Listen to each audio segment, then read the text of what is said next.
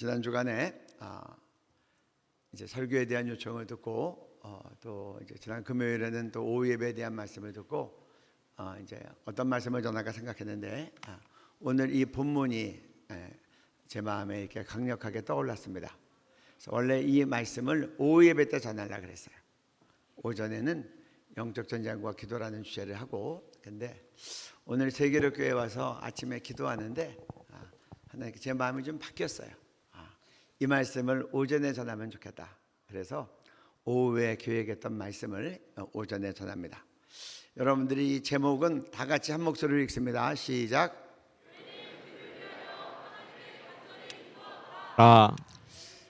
성경 본문에서 제목을 그대로 따왔습니다. 그렇게 한 이유는 성경 본문이 여러분들 뇌리에 조금 더 박히도록, 그래서 성경 본문으로 베드로전서 12장 5절 말씀을 오늘 설교 제목으로 잡았습니다. 여러분들 지금 오늘 본문 말씀은 잘 읽으셨습니다. 마지막에 18절 19절은 읽지 않았는데 영상실에서는 마지막에 18절 19절도 설명할 터이니 그것도 마지막에 준비해 주시기를 바랍니다. 여기 보면 헤롯이 베드로를 죽이려고 하는 그런 사건이 나옵니다. 헤롯이 누굽니까? 헤롯 얘기하면 좀 헷갈리는 성도님들이 많이 계세요. 성경에 헤롯이 많이 등장하는데 이 헤롯은 누구고 저 헤롯은 누구냐, 이름이 같으니 다 동일인이냐? 그렇지 않아요. 이 사도행전에 또 신약성경에 나오는 이 헤롯은 일대부터 아들대, 손자대, 증손자까지 나오는 겁니다. 우리 분봉왕에 대해서 한번 좀 읽어주시면 좋겠습니다. 우리가 분봉왕 헤롯이라는 말을 쓰는데 분봉왕은 되게 무슨 말이냐? 네, 읽어주세요. 분봉왕 헤롯, 로마의 대리 통치, 로마 제국이 직접 통치하기 어려운 현지인 헤롯 가문 등에게 맡겨 다스리게 한 형태. 헤롯 가문도 로마로부터 유대 지역의 왕권을 임명받았기 때문에 그 가문의 통치자들을 통칭해서 헤롯이라고 부름. 헤롯은 가문의 성이고 그 가문이 독점했던 왕의 자리를 부르는 말이기도 함. 로마가 전 세계를 제패했는데 일일이 각 나라에 맞는 적합한 임금을 세우기가 어려워요. 그러니까 현지인 가운데 이것을 잘 해나고 로마에 충성을 할 수 있는 그런 사람을 그냥 분봉왕이라고 해서 왕으로 세워서 대를 이어서 왕의 노릇을 하게 하고 잘하면 계속해서 유지시켜 주는 겁니다. 그래서 이 헤롯은 예를 들어서 김일성 일가, 김일성, 김정일, 김정은 이어지는 것처럼 그렇게 김씨 일가라 그러죠. 그런 성이라고 하는 겁니다. 여러분들 좀 생각하기 좋게 성경에 나타난 1대부터 4대까지의 헤롯 왕을 한번 보겠습니다. 한번 읽어주실까요? 1대부터 쭉 가로로 읽어주세요. 1대 할아버지 헤롯 대왕, 아기 예수를 죽이기 위해 베들레헴의 2살 이하 아기들을 모두 살해함. 마태복음 2장. 2대 아들 헤롯 안티파스, 세례 요한을 참수하고 예수님을 재판함. 복음서 전체. 3대 손자 헤롯 아그리파 1세, 사도 야고보를 죽이고 베드로 가둠. 본문 인물. 사도행전 12장.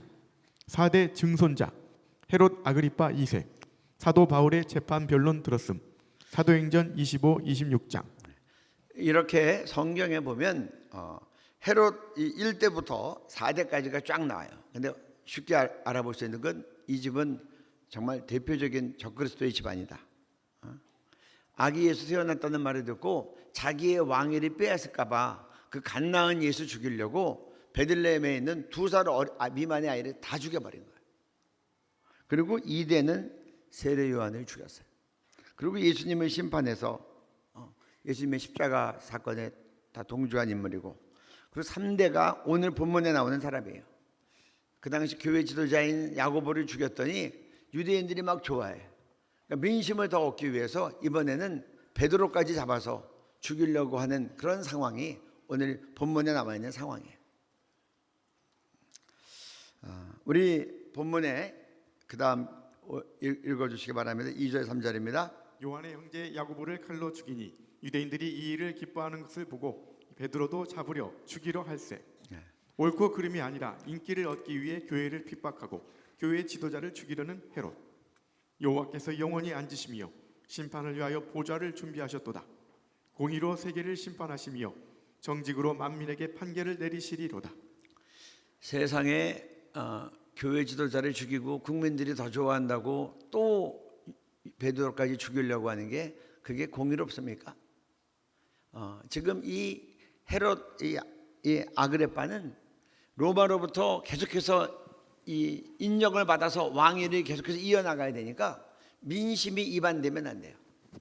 세금도 잘 걷어서 로마에 갖다 바쳐야 되고 능력 있는 왕이라고 인정받아서 대대로 이 분봉 왕자를 이어가야 되니까 사람이 어디 쪽으로 마음이 가나. 그래서 정의로운 사람도 죽여서 국민들이 좋아하면 그렇게 해서 비유를 마치는 겁니다. 우리에게 유일하신 심판주 그리고 영원한 판결을 내실 분은 하나님 한 분밖에 없어요. 성경은 시편 9편 8절에 이렇게 얘기합니다. 공의로 세계를 심판하시며 정직으로 만민에게 판결을 내리십니다. 세상 판결이 어떻게 나오든지 다 우리가 죽고 난 다음에 하나님 앞에 심판받을 때 그 하나님의 판결로 모든 것은 다 대치됩니다. 그리고 그 판결은 공의롭고 그 판결은 정의롭고 정직하고 그리고 그 판결은 영원합니다. 그래서 요셉이 보디발의 처가 아무도 보는 사람 없으니까 나하고 관계를 맺자라고 할 때 요셉이 그렇게 얘기합니다. 내가 어떻게 이 큰 악을 행하여 하나님 앞에서 득죄하리이까. 이 보디발의 처에게는 보이지 않는 하나님이 요셉의 눈에는 보인 거예요. 그리고 그가 이 죄악을 거절했기 때문에 그는 강간미수범이 돼서 감옥에 가서 치욕스러운 삶을 살았지만 고통스러운 삶을 살았지만 하나님 앞에서는 의로운 자가 된 거예요. 그리고 요셉은 하나님만이 유일한 심판자인 줄 알고 세상에 어떠한 판결에도 굴하지 않고 하나님 앞에서 의롭게 살아가는 겁니다. 네, 그 다음 말씀 보겠습니다. 4절입니다. 옥에 가두어 군인 내식인 네페에게 맡겨 지키고. 여러분들 보세요. 한 사람을 붙잡아서 하는데 4명이 일개조가 돼서 네페로 맡겼으니까 16명이 베드로 한 명을 이제 파수하고 지키고 경호하고 그리고 이제 경계하는 거예요. 아니 뭐 베드로가 뭐 예를 들어서 폭동을 일으키고 도망갈 만한 그런 능력자입니까? 종교 지도자하고 설교자인데 왜 이렇게 16명이나 특별조를 짜서 이 베드로를 이렇게 경계하고 지킵니까? 사도행전에 보면 비슷한 사례가 한 명 또 있었어요. 사도행전 5장 17절부터 25절까지 한번 말씀 읽어주시면 좋겠습니다. 대제사장과 그와 함께 있는 사람 즉 사두개인의 당파가 다 마음에 시기가 가득하여 일어나서 사도들을 가부다가 옥에 가두었더니 주의 사자가 밤에 옥문을 열고 끌어내어 이르되 가서 성전에 서서 이 생명의 말씀을 다 백성에게 말하라 하매 그들이 듣고 새벽에 성전에 들어가서 가르치더니 대제사장과 그와 함께 있는 사람들이 와서 공회와 이스라엘 족속의 원로들을 다 모으고 사람을 옥에 보내어 사도들을 잡아오라 하니 부하들이 가서 옥에서 사도들을 보지 못하고 돌아와 이르되 우리가 보니 옥은 든든하게 잠기고 지키는 사람들이 문에서 있으되 문을 열고 본즉 그 안에는 한 사람도 없더이다 하니 성전 맡은 자와 제사장들이 이 말을 듣고 의혹하여 이 일이 어찌 될까 하더니 사람이 와서 알리되 보소서 옥에 가두었던 사람들이 성전에 서서 백성을 가르치더이다 하니 성령이 마가의 다락방에서 열흘 동안 날마다 간절히 마음을 다하여 기도했더니 성령이 임했어요. 권능을 받고 나가서 너희들이 십자가에 못 박아 죽인 예수가 그리스도라고 전하니 하루에 3,000명이 또 하루에 5,000명이 회개하고 죽게 돌아오는 거예요. 복음의 역사가 강력하니까 사도들을 붙잡아서 감옥에 갇히고 그 다음날 자기네들끼리 재판하려고 했는데 밤에 주의 천사가 나타나 여기 옥문을 열고 끌어낸 거예요. 그러고 나서 뭐라 그래요? 가서 성전에 서서 이 생명의 말씀을 다 백성에게 말하라. 지금 너희가 갇혀 있을 때가 아니다. 그랬더니 그들이 듣고 풀려 나오니까 밤중에 끌려 나오는데 새벽부터 성전에 들어가서 가르치는 거예요. 이제 여기 보면 공회 사내들인과 이스라엘 원로들이 모여서 사도들 붙잡아다가 재판하려고 사람 보냈더니 옥 안에 텅텅 비어 있는 거예요. 파수꾼들은 비어 있는지도 몰라요.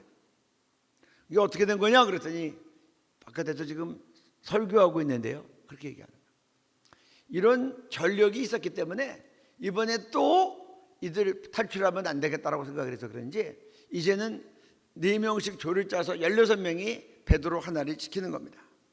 그리고 그것으로만 이러한 상황 속에서 베드로가 잡혀가서 이제 오늘 본문은 바로 그 다음 날에는 사형을 이제 처형하는 날이에요. 사형을 이제 실행하는 날인데 이제 교회는 모여서 간절히 기도했다는 겁니다. 우리 그다음 PPT 5절 말씀 다 같이 한 목소리로 읽습니다. 이에 베드로는 옥에 갇혔고 교회는 그를 위하여 간절히 하나님께 기도하더라. 네.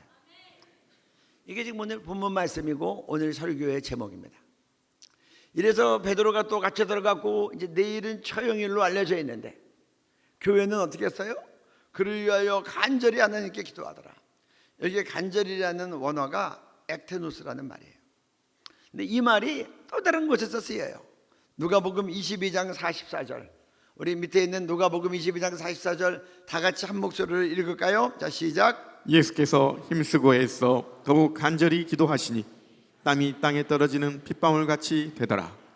예수님께서 온 인류에 오고 가는 모든 세대의 죄를 다 집어쓰고 어린 양 예수의 피처럼 정말 흠없는 어린 양이 다른 사람의 죄악 때문에 그 대신 죽음을 당하고 피 흘려서 다른 사람의 죄를 사해해 주는 상징적인 모습을 보였는데 예수님께서 죄사함이 없이는 피 흘림이 없이는 죄사함이 없다 그러고 인류가 다 죽어야 될 그 죄를 자기가 감당하고 뒤집어쓰고 자기가 십자가에서 피 흘려서 구속하기 위해서 그렇게 십자가 질 수 있는 그 능력을 받기 위해서 간절히 인류 구원을 위해서 내가 정말 어린 양 예수의 피로 그렇게 모든 인류의 죄악을 대속하는 그런 죽음으로써 피 흘림으로써 인류를 구원하기 위하여 간절히 기도할 때 우리 모두를 구원하기 위하여 간절히 기도하는데 얼마나 혼심의 힘을 다해서 기도했는지 모세혈관이 터져서 피와 땀이 한꺼번에 섞여서 나오는 거예요. 그러니까 제자들이 보기에는 여기 나와 있는 것처럼 더욱 간절히 기도하시니 땀이 땅에 떨어지는 핏방울같이 되더라. 제가 이 본문을 가지고 성경 공부하는데 한 생명과학자가 그러더라고요. 사람이 용을 쓰면 막 온 힘을 써서 발버둥을 치면 모세혈관이 터진다는 거예요. 그러면 막 집에서 땀이 나는데 그때 땀과 피가 섞여서 나온다는 거예요. 그래서 그런 지경에까지 예수님께서 겟세마네에서 십자가를 지시기 위해서 그렇게 기도하신 거예요. 우리를 구원하기 위해서 그렇게 기도하셨는데 그때 기도했던 땀방울이 핏방울이 되도록 기도했던 그 간절함, 이 초대교회가 베드로가 오기에 갇혔고 교회는 그를 위하여 간절히 하나님께 기도하더라. 예수님의 그 간절한 기도가 이때 이 성도들이 베드로를 살리기 위한 간절한 기도였다는 거예요. 여러분들은 손윤보 목사님을 위해서 어떻게 기도하십니까? 그 다음 6절 말씀 보겠습니다. 헤롯이 잡아내려고 하는 그 전날 밤에 베드로가 두 근인 틈에서 두 쇠사슬에 매어 누워 자는데 바스꾼들이 문 밖에서 옥을 지키더니 16명이 지켰는데 그것만 가지고도 안 되겠어요. 이전에 사례를 들어봤더니 분명히 지켰는데 안에 보니까 없더라는 거예요. 그게 잘 이해가 안 되니까 혹시 또 안에서 무슨 일이 있을까 봐 베드로가 한 명이 있는데 두 명을 옆에서 딱 묶어놓고 양쪽에 쇠사슬을 채운 겁니다. 여러분들 영화 같은 데 보면 범죄자 딱 잡을 때 이 범죄자의 오른손이랑 형사가 자기 왼손이랑 수갑을 채워서 가진 경우가 있죠. 근데 여기에는 잠잘 때도 로마 명사 두 명이 같이 자면서 한 명이 베드로의 한쪽을 사슬로 묶고 또 한 명 군사가 베드로의 또 한쪽을 왼쪽을 사슬로 묶고 그리고 셋이 같이 자는 거예요. 그러니까 뭐 꼼짝 마죠. 이제는 도망 못 간다예요. 내일은 처형하겠다예요. 그런데 이 가운데 우리 7절 말씀 보니까 7절 우리 한번 다 같이 읽어볼까요? 호련히 주의 사자가 나타나며 옥중에 광채가 빛나며 또 베드로의 옆구리를 쳐 깨워 이르되 급히 일어나라 하니 쇠사슬이 그 손에서 벗어지더라. 네. 그때 주위에서 천사가 나타나니까 옥중이 환하게 비치는데 그런데 세 명은 정신없이 자는 거예요. 여기 보면 천사가 베드로의 옆구리를 쳤다고 되어 있는데 이 쳤다고 하는 표현이요. 여기 쳤다고 하는 이 표현이 그냥 흔들어 깨우는 정도가 아니에요. 이 단어의 뜻은 심할 경우에는 사람을 죽일 때 쓰는 표현이에요. 때려서 눕힐 때 쓰는 표현이에요. 아주 강하게 쳤다는 거예요. 그 말은 무슨 말이냐? 베드로가 깊이 잠들었다는 거예요. 내리 처형당하는데 그냥 너무 깊이 잠들어서 이 천사가 그냥 흔들어가지고 깨울 상황이 아니야. 어쩌면 흔들어 봤는지도 모르겠어요. 너무 깊이 되니까 옆구리를 발로 세게 팍 찬 거예요. 옆구리를 쳐서. 발이란 말은 없네요. 아무튼 옆구리를 쳐서 그렇게 강한 충격으로 베드로를 깨웠다. 그러니까 이게 무슨 말이에요? 베드로, 여러분 같으면 내일이 죽을 판인데 편하게 깊은 잠 잘 수 있겠어요? 초조와 불안 뭐 그러고 되면 불면의 밤이 될 수 있는데 베드로는 그렇지 않았어요. 내일이 처형당한 거고 양쪽에 쇠사슬이 묶여서 양쪽 로마 병사들이 있고 바깥에는 16명이 4명씩 조를 짜서 아주 특별하게 이제 지금 이 어보를 하고 있고 그다음에 경계를 하고 직파수를 하고 있는데 그냥 하나님께 다 맡기고 편하게 자는 거야. 베드로 심정은 무엇이었을까? 이런 생각이 들어요. 난 죽으면 천국 가서 좋고 살아있으면 복음 증거하니 좋고. 그 죽음 앞에서 초연한 거예요. 베드로가 원래 이런 사람이 아니었죠. 예수님 십자가 지실 때 먼 밭에서 쫓아가는데 사람들이 너도 베드로 예수랑 한 배다 그랬더니 아니라고 부인하고 계집종이 너도 베드로 한 배다 그랬더니 어떻게까지 해요? 난 아니라고 저주하며 부인했어요. 예수님을. 그렇게까지 했던 생명에 연연했던 베드로가 이제 성령의 권능을 받고 복음을 증거하다 야고보가 먼저 순교하고 그 다음 타자로 끌려 들어가니 그러나 그는 죽음 앞에서 편안하게 깊은 잠 자고 있다는 겁니다. 여러분 이게 구원받고 성령 충만한 성도들의 모습인 줄 믿습니다. 살아있으면 복음 증거하고 죽으면 천당 가고. 네. 그러니까 주님께서 아직 베드로가 죽을 때가 아닌 거예요. 그러니까 천사를 보내서 살살 깨워서는 못 일어나니까 옆구리를 세게 쳐서 베드로를 깨워갖고 급하게 데리고 나오는 겁니다. 이런 모습이 신약성경에 보면 또 나옵니다. 여러분 기억나십니까? 바울과 실라가 억울하게 매맞고 투옥됐어요. 왜 매맞고 투옥됐어요? 귀신 들린 여자 귀신 쫓아줬더니 이 귀신 들린 여자가 노예였어요. 그래서 이 노예 주인이 점치고 들어온 돈에 다 자기가 가지고 부자로 살았는데 바울이 귀신을 쫓아가지고 더 이상 점을 볼 수가 없으니까 돈이 안 들어와. 그러니까 자기 종이 귀신에서 해방된 거에 대해서 기뻐하는 게 아니라 돈줄이 떨어졌다고 복수하기 위해서 거짓 고발을 해가지고 매를 죽게 맞고 감옥에 들어갔는데 거기서 뭐 억울하다 뭐 막 그러고 막 불평하고 그런 게 아니라 그 감옥에서 오히려 주님을 찬양하고 예배하니까 그냥 옥문 지진이 일어나고 옥문이 열려버리는 거예요. 감옥에 있어도 세상이 감당치 못하고 하나님께 감사와 찬송으로 나아가고 천국이 그 가운데 있는 거예요. 네. 그래서 주의 자세가 나타나니 첫 번째로 쇠사슬이 손에서 벗어지더라. 양쪽 병사에서 매였던 이 쇠사슬이 풀어지고 그 다음에는 천사가 데리고 나오는데 둘째 파수, 첫째 파수, 둘째 파수 군인들이 다 지키고 있습니다. 파수꾼들이 지키고 있는데 그들이 눈이 멀어서 못 보는 거예요. 천사도 못 보고 베드로도 못 보고. 그래서 하나님께서 그들의 눈을 멀게 하셔서 베드로가 천사와 함께 안전하게 나오고 나네. 마지막이 이 민간 세사랑 통과되는 거대한 철문이 있는데 그 문 앞에까지 가니까 철문이 저절로 쫙 열리는 거예요. 그러니까 이 천사가 베드로를 길가까지 데리고 나오고 그다음에 천사는 사라진 거예요. 그 다음에 보니까요 11절 말씀입니다. 11절 말씀 나같이 읽습니다. 이에 베드로가 정신이 들어 이르되 내가 이제야 참으로 주께서 그의 천사를 보내어 나를 헤롯의 손과 유대 백성의 모든 기대에서 벗어나게 하신 줄 알겠노라 하여.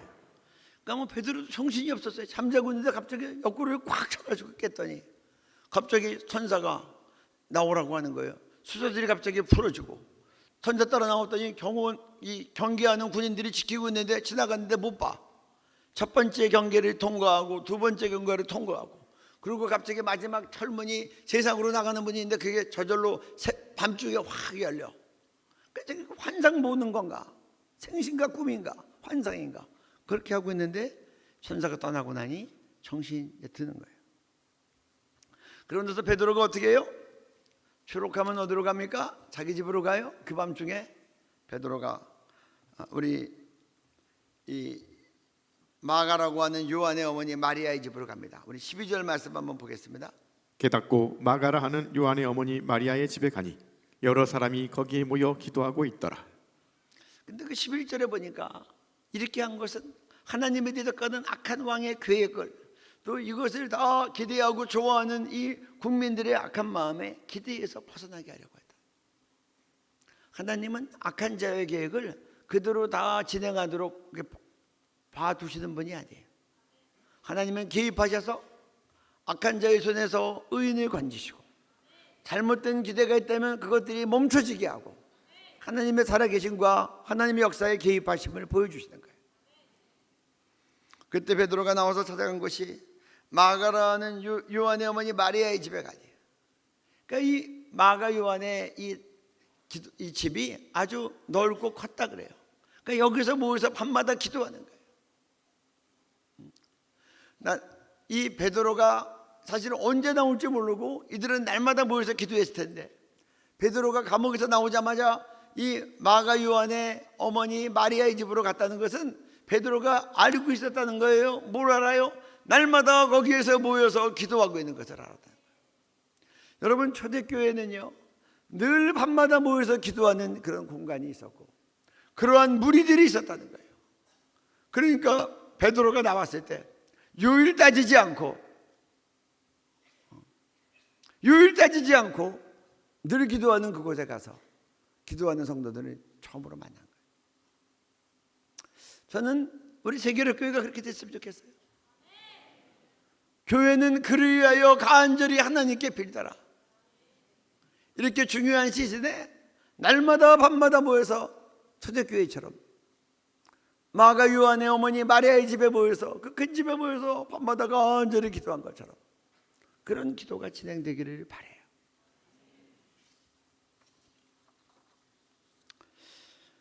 와서 이제 문을 두드리니까 로데가 베드로의 음성을 듣고 깜짝 놀라서 문 열어줄 생각도 못하고 너무 놀라가지고 막 뛰어들어와서 베드로 사도님이 나오셨어요 막 그러니까 이제 믿지를 못하는 겁니다. 우리 16절 말씀 한번 같이 읽어볼까요? 자, 같이 읽습니다. 그들이 말하되 내가 미쳤다 하나 내 여자아이는 힘써 말하되 참말이라 하니 그들이 말하되 그러면 그의 천사라 하더라.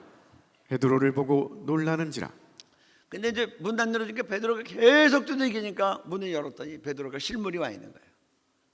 서로 옥신각신하다가 아니야 수호천사일 거야, 아야 그의 천사일 거야, 아니, 진짜예요 로데는 막 얘기하고, 그러다 문을 계속 두들기니까 열어뒀더니 실물이 와서 얘기를 하는 거예요.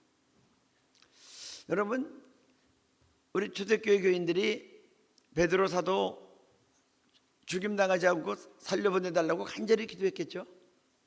근데 막상 오니까 왜 이렇게 놀라고 못 알아봤을까요? 제 생각에는 그들이 기도할 때 뭐 죽으라고 기도했겠어요?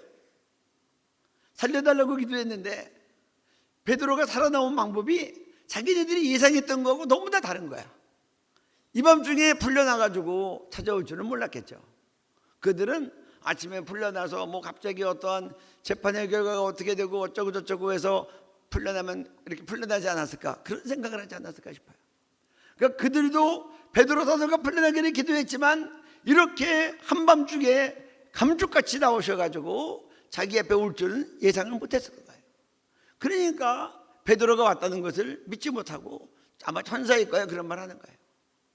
이건 무슨 말이냐? 우리가 기도할 때 하나님은 우리의 기도에 응답하시는데 우리가 생각했던 그런 기대나 상상의 범위를 넘어서서 그렇게 역사하실 수 있다는 거예요.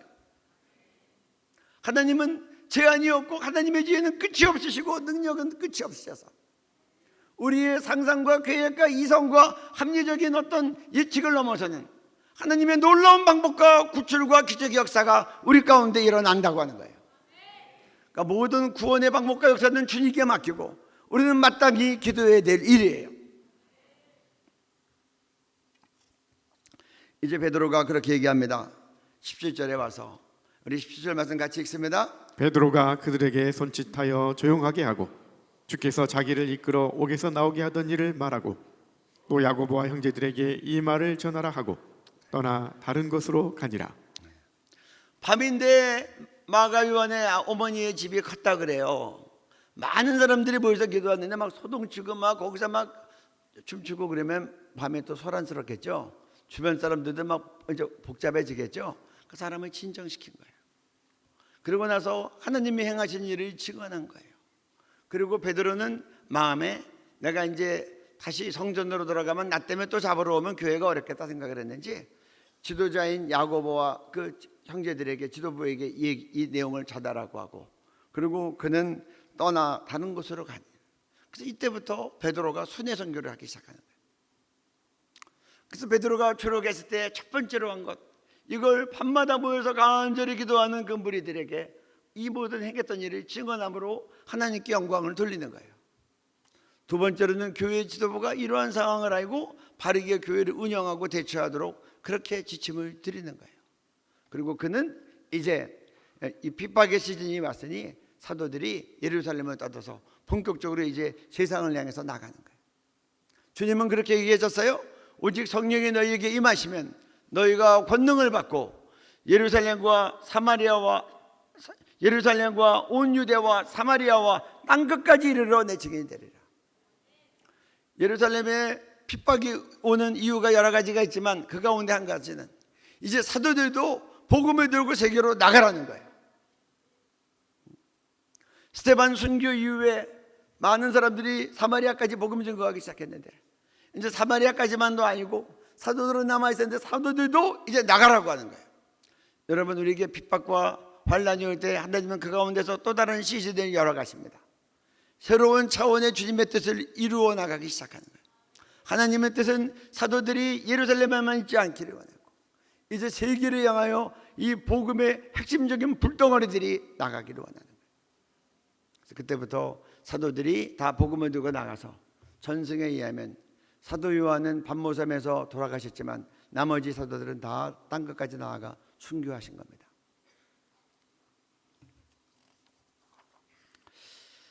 우리 18절 19절 한번 올려주실까요? 18절 19절 말씀, 이제 한번 18절 19절 말씀, 사도행전 12장, 제가 본문은 아래에 나와 있습니다. 같이 읽습니다. 시작. 날이 샘에 군인들은 베드로가 어떻게 되었는지 알지 못하여 적지 않게 소동하니 헤롯이 그를 찾아도 보지 못하매 파수꾼들을 신문하고 죽이라 명하니라. 헤롯이 유대를 떠나 가이사랴로 내려가서 머무니라. 아침이 돼서 이제 야고보 죽이듯이 베드로도 죽이려고 그러네 그랬더니 없다는 겁니다. 세상에 헤롯은 이해가 안 되는 거죠. 4명씩 4개조가 16명이 지켰고 아예 그 방 안에서도 누가 와서 뺏어가지 못하도록 로마 병정 2명이 양쪽에다가 수세스를 같이 매서 밤에 잘 때도 같이 수세스를 매고 같이 잤는데 왜 같이 잤던 병사들도 아무것도 모르고 베드로만 없어진 거예요. 수세들은 풀어져 있고 소동이 일어난 거예요. 헤롯이 신문하고 가수들이 모른다고 하니까 다 죽이라 그랬어요. 로마법에는요, 죄수가 탈출하면 간수가 탈출한 죄수의 죄값을 대신 받도록 돼 있어요. 쉽게 예를 들면 5년 징역받은 사람이 탈출하면 그 간수가 감옥에 가서 5년 동안 있어야 돼. 그런데 베드로는 사형수였기 때문에 베드로가 탈출하니까 간수들을 다 죽인 거예요. 사형수의 죄를 간수가 쓰도록 돼 있어요. 또 이걸 통해서도 이 베드로는 죽이기로 결정된 자였다는 것이 나타난 거예요. 여러분, 하나님께서 죽이기 하루 전에 이렇게 놀라운 역사로 베드로를 구출하시고, 그리고 이제 교회가 더 복음과 세계선교에 힘쓰도록 인도하시고, 그리고 교회가 간절히 기도할 때 하나님께서 어떻게 역사하시는지를 우리 가운데 교훈으로 보여주시는 거예요. 저는 교회가 왜 그 모여서 기도하면 힘들고 어렵고 지금처럼 교통도 좋지 않는데 왜 마가 요한의 그 어머니의 그 큰 집에서 모여서 기도했을까? 첫째는 집이 크니까 모이기 좋아서 기도했겠죠. 밤마다 모여서 기도하기 좋아요? 지금은 교통편이 좀 있고 차도 있지만 옛날에 다 걸어 다니는데요. 왜 모여서 기도하냐고요? 왜 불편한데? 혼자 집에서 하지.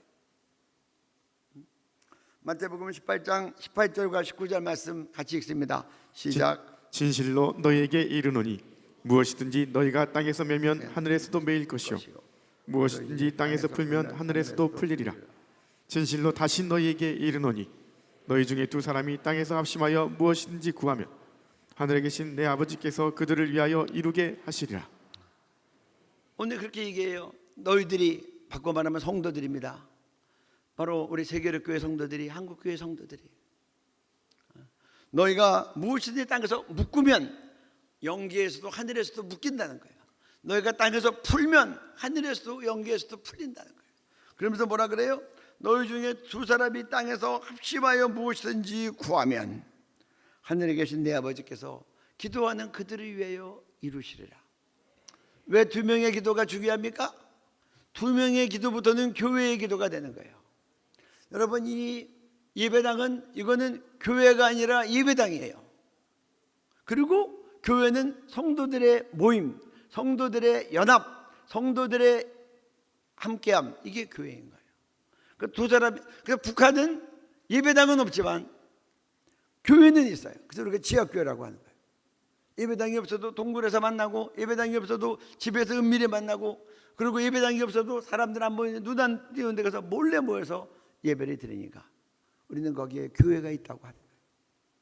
여러분, 두 명 이상이 되면 교회의 기도가 되고, 교회의 기도에는 주님께서 역사하신 능력이 있어서 너희가 땅에서 묶으면 하늘에서 묶일 것이요 땅에서 풀면 하늘에서 풀리리라. 그래서 초대교회 성도들이 밤에 간절히 날마다 모여 기도하니까 성전문이 열리고 쇠사슬이 풀어지고 첫째 파수와 둘째 파수를 지나가고 마지막 시철문이 저절로 열리는 기적이 일어나는 거예요. 너희가 땅에서 풀면 하늘에서 풀리리라. 우리 또 마태복음 말씀 봅니다. 16장 18절 19절. 이 말씀은 여러분들이 기억하시면 좋겠어요. 우리 이 말씀 같이 읽습니다. 또 내가 내게 이르노니 너는 베드로라. 내가 이 반석 위에 내 교회를 세우리니 음부의 권세가 이기지 못하리라. 내가 천국 열쇠를 내게 주리니 내가 땅에서 무엇이든지 매면 하늘에서도 매일 것이요 내가 땅에서 무엇이든지 풀면 하늘에서도 풀리리라 하시고. 베드로가 신앙 고백을 합니다. 저는 그리스도시요. 이 그리스도란 말은 메시아란 말이에요. 우리 구약에서 계속해서 기도해왔던 우리를 구원할 메시아란 뜻이에요. 주님은 메시아이십니다. 그리고 살아계신 하나님의 아들입니다. 그러니까 예수님이 그 말씀을 듣고 이 대답을 하시는 거예요. 너희 고백 위에, 신앙 고백 위에, 그 반석 위에 내가 교회를 세우겠다. 그런데 음부의 권세가 이기지 못한다. 이 교회는 사단의 권세가 이기지 못한다. 교회를 이길 수 있는 건 아무것도 없다. 교회가, 주님을 머리로 얻는 교회가 이 세상에서 가장 강력한 권능이 있다는 걸 얘기하는 거예요. 그러고 나서 내가 너에게 천국 열쇠를 주겠다. 그 천국 열쇠가 뭐예요? 두 사람이 모여서 기도할 때랑 똑같은 거예요. 교회가 합심해서 기도하면 내가 땅에서 무엇이든지 매면 하늘에서도 매일 것이요 네가 땅에서 풀면 하늘에서도 풀린다는 거예요. 이게 천국 열쇠예요. 여러분, 천국 열쇠 잘 사용하고 계십니까? 혼자 기도하는 거 중요하지만 모여서 교회가 합심으로 기도하는 거 중요해요. 거기에는 음부의 권세가 이기지 못해요. 사탄이 어떠한 발악을 해도 교회의 기도는 이기지 못해요. 그리고 또 한 가지, 교회에는 천국 열쇠가 있어요. 하나님이 주신 천국 열쇠. 우리가 땅에서 묶으면 하늘에서 묶이고 땅에서 풀면 하늘에서 풀리고. 그래서 우리가 혼자로서 할 수 없는 일, 교회가 모여서 예수 그리스도를 묶으면 사단의 권세가, 사단의 모든 발악이, 그리고 모든 괴계가 묶이는 거예요. 여러분들이 하나님의 구원하심과 천군천사의 역사하심과 구출하심과 하나님의 구원하신 놀라운 일들을 여러분들 기도로 선포하고 풀면 성령의 놀라운 역사가 우리 가운데 풀어지는 거예요. 그래서 우리는 천국 열쇠를 사용하는 자가 되어야 돼요. 그리고 특별히 우리가 1월 30일 담임 목사님 우리 선고를 앞두고 지금은 교회가 전혀 모이기에 힘쓸 때예요. 사도행전에 교회가 그리 위하여 간절히 하나님께 기도하라고 하는 그 말씀은 오늘 우리 한국교회가 또 세계력교회가 특별히 1월 30일 이 재판을 앞두고 사도행전이 있었던 것처럼 그렇게 간절히 기도하라고 오늘 우리에게 주신 말씀으로 믿습니다. 저는 이 시간 여러분들과 함께 기도하기를 바라요. 그리고 하나님께서 저를 이제 한 19일 정도 남았는데 오늘 보내신 이유는 여러분들에게 정말 초대교회가 그를 위하여 간절히 하나님께 기도하더라. 오늘 이 말씀을 선포하라고 보내신 줄 믿습니다. 우리 다 같이 일어나시겠습니다.